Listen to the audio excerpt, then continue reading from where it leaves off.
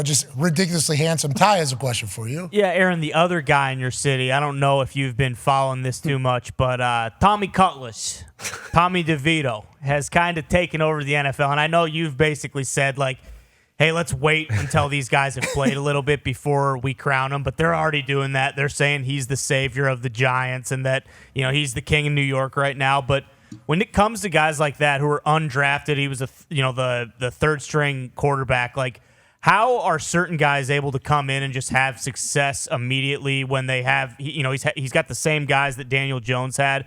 Like, is that all just confidence and like Dable kind of working with him and putting him in spots to be successful? Like, why is a guy like him so successful coming in, whereas like other guys who we know their names and get opportunities come in and they don't perform the same way?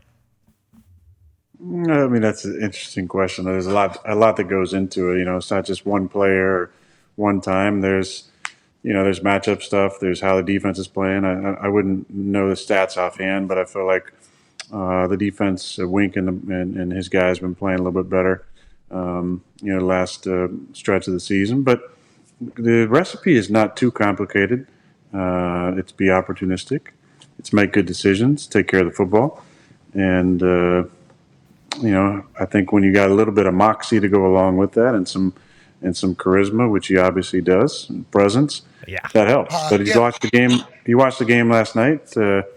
He had very efficient. He only had a few incompletions, right? He had no turnovers. He had no sacks. I mean, they'd come in with giving up, I would guess, close to or the most sacks in the league. And to have no sacks, no turnovers, didn't seem like, and I didn't watch the whole game, didn't seem like there were a ton of, a ton of like real, turnover-worthy plays. So that's the key to success, taking care of the football, being opportunistic, making some plays, and then, bringing that extra little something. Yeah, a little sauce. Seems like the team really loves him. I mean, how could you not? Schmay. Yeah, a little bit of schmay, Yeah, it is a little schmay. Shout out to Arnold Schwarzenegger. You know what I mean? Shout out to Arnold Schwarzenegger. Hope he's having a fantastic Tuesday. It's been fun to watch this, though. Like him, Heineke, Mike White in recent history have had this run, and then the conversation immediately goes to like, hold the phone. Is this guy better than the $40 million a year quarterback, and why does the team play better for him? Now, obviously, Tommy DeVito we don't know. We have no idea about this guy. What he's going to be 5 years from now. Maybe he will be the next Joe Montana. Yeah. And maybe he does. 5 games? How about 5 games? Yeah. I understand. But let's just talk about the teams, though. When teams what did rally, we talk about last week?